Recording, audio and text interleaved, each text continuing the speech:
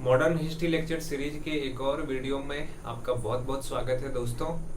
इस वीडियो में हम दो चीज़ को समझने वाले हैं। एक तो 1945-46 के बाद भारत के अंदर किस तरह की परिस्थितियां उत्पन्न हो रही थी, क्योंकि 1945 के समाप्त होते होते दुनिया में द्वितीय विश्व युद्ध समाप्त हो चुका था।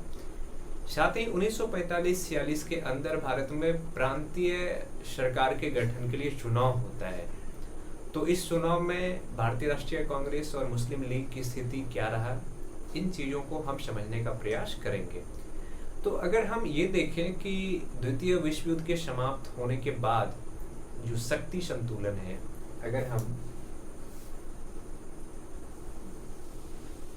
अगर हम ये देखें कि 1945-46 के दौरान भारत में क्या क्या हो रहा था, तो देखिए 1945-46 में दो ऐसे चीजें हुई जिनको समझना जरूरी है।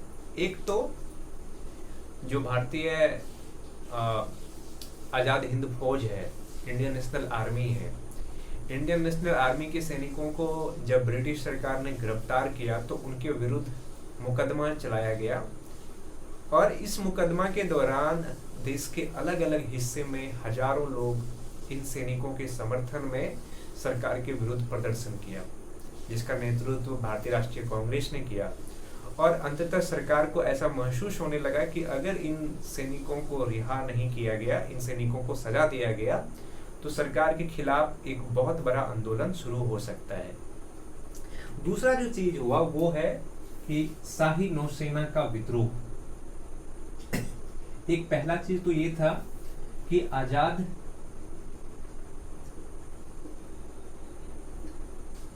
हिंद फौज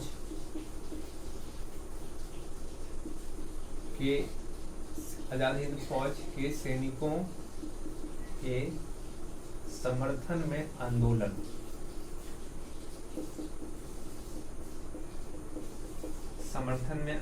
पहला चीज। और दूसरा चीज की बात करें तो दूसरा चीज क्या था? दूसरा चीज था शाही नौसेना का विद्रोह। ये दो घटना 1945-46 के दौरान बहुत महत्वपूर्ण था और इन दोनों घटनाओं के बाद कहीं न कहीं ब्रिटिश सरकार को ये अनुभव हो गया कि अब इस देश पर शासन करना आसान नहीं है, भारत को आजाद करने में ही उनकी भलाई है। तो ये शाही नौसेना का विद्रोह क्या था, इनको अगर हम देखें तो ये विद्रोह शुरू हुआ था बम्बई में 8 फरवरी 1946 को हुआ था ये। 8 फरवरी 1946। यहाँ पे क्या हुआ, यहाँ पे एक नौसैनिक या नाविकों का एक समूह था जिसको HMIS तलवार,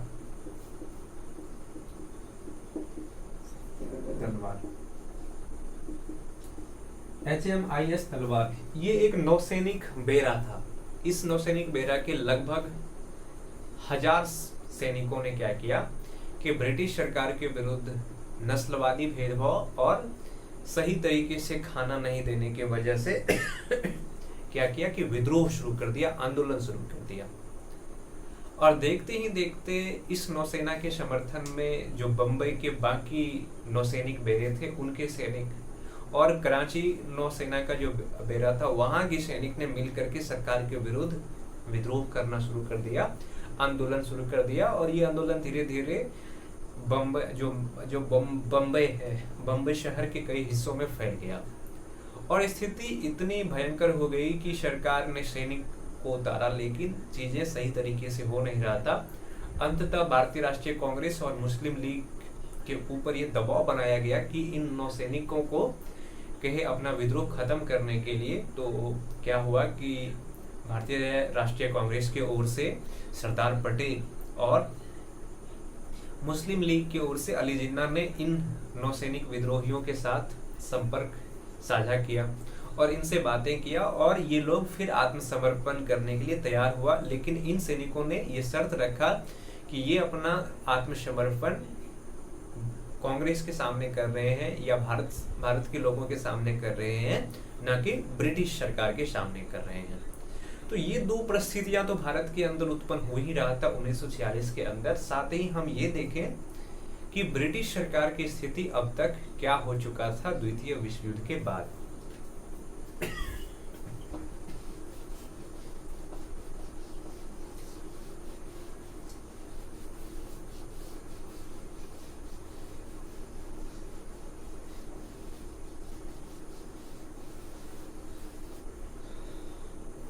तो अगर हम ब्रिटिश सरकार के देखें,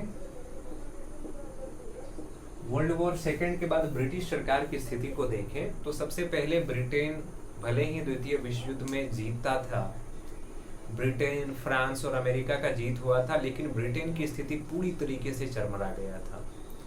उनकी अर्थव्यवस्था बुरे तरीके से प्रभावित हुआ था, उनके बहुत सारे सैनिकों का जान गया था और पूरे दुनिया में ब्रिटेन की स्थिति पहले वाला स्थिति नहीं रह गया था। अब ब्रिटेन क्या हो चुका था, ब्रिटेन की बात करें तो जो वर्ल्ड पावर है, पावर सेंटर की जब हम बात करते हैं तो पावर सेंटर बदल रहा था। कभी जो पावर सेंटर, जो पावर ब्रिटेन के पास होता था, ब्रिटेन की जगह अब नया पावर सेंटर उभर के आ रहा था, उसके जगह ले रहा था यूएसए यानी कि अमेरिका एवं यूएसएसआर।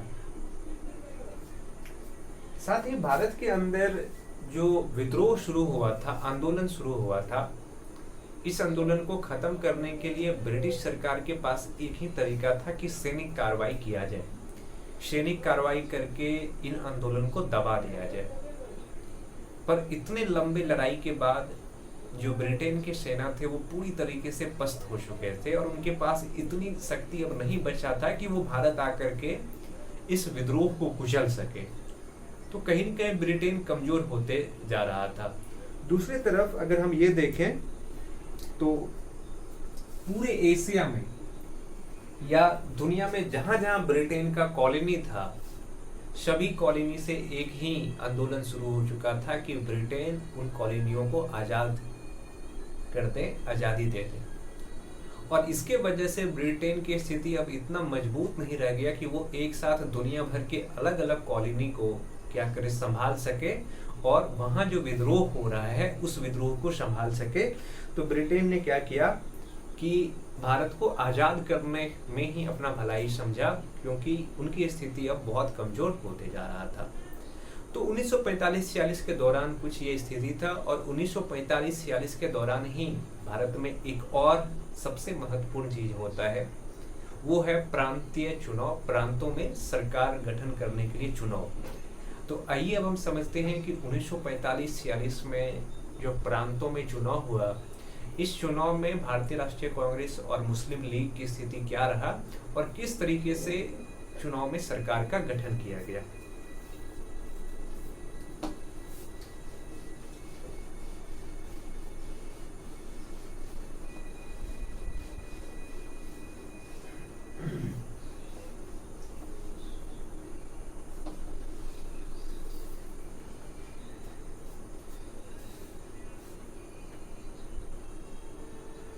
उन्नीस सौ 45-46 का प्रांतीय चुनाव।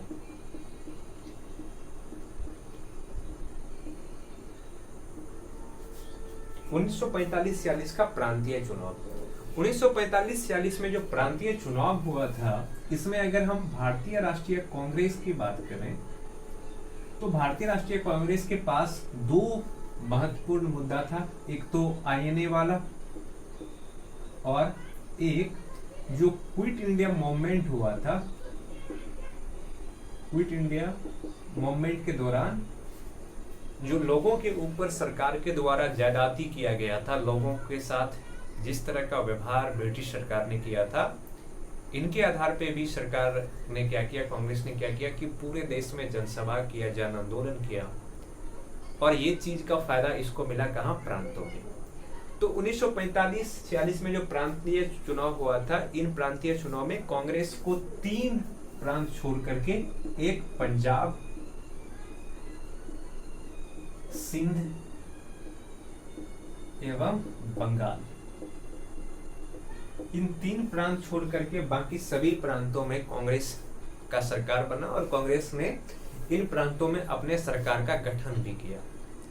जो पंजाब है, पंजाब में कांग्रेस का सरकार नहीं बना। पंजाब में सरकार बना एक तो यूनियन वादी कांग्रेस एवं अकाली दल। अकाली दल के नेतृत्व में खिलजी खान के नेतृत्व में बना। और सिंध एवं बंगाल का जो प्रांत था, यहाँ पे सरकार बना ऑल इंडिया मुस्लिम लीग का सरकार बना। कहाँ पे? सिंध एवं बंगाल में। तो इस तरह से 1945-46 का जो चुनाव हुआ, इस चुनाव में कांग्रेस की स्थिति भले ही मजबूत था, पर ये जो प्रांत है, एक तो सिंध और बंगाल। अब देखिए, सिंध और बंगाल में पहली बार मुस्लिम लीग का सरकार बना था, क्योंकि इससे पहले जो प्रांत के लिए चुनाव हुआ था 1937 में, उस चुनाव में कहीं भी मुस्लिम लीग का सरकार नहीं बना था। इस चुनाव में लेकिन क्या हो गया कि मुस्लिम लीग का सरकार बना था। इसके साथ साथ क्या हो गया कि जो केंद्रीय व्यवस्थापिका है, सेंट्रल लेजिस्लेचर है, उनके लिए भी चुनाव हुआ। और सेंट्रल लेजिस्लेचर के 102 सीट में से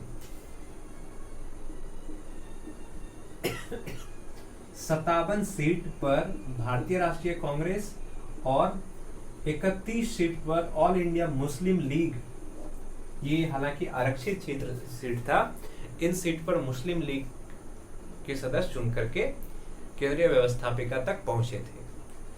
तो इस तरह से 1945-46 के दौरान केंद्रीय व्यवस्थापिका के सदस्य के लिए भी चुनाव हुआ और प्रांतों के लिए भी चुनाव हुआ। इस चुनाव में भारतीय राष्ट्रीय कांग्रेस का प्रदर्शन अच्छा रहा, पर एक चीज समझ लीजिए कि इस चुनाव का मेन मुद्दा अब ब्रिटिश सरकार का विरोध नहीं करके सांप्रदायिकता की ओर बढ़ते जा रहा था। मुस्लिम लीग हर जगह सांप्रदायिकता के आधार पर लोगों से वोट मांगना शुरू कर दिया। कहीं कहीं कांग्रेस भी क्या किया कि संप्रदाय के आधार पर हिंदू मुस्लिम करके वोट मांगना शुरू कर दिया। तो इस तरीके से क्या होता है कि 1945-46 के दौरान कुछ घटनाएं होती है, और इस घटना के बाद 1946 में आता है कैबिनेट मिशन। तो कैबिनेट मिशन क्या था, इसमें किस तरह की बातें की गई थी, इन चीज़ों को हम अगले वीडियो में समझेंगे। इस वीडियो में इतना ही। बहुत बहुत धन्यवाद।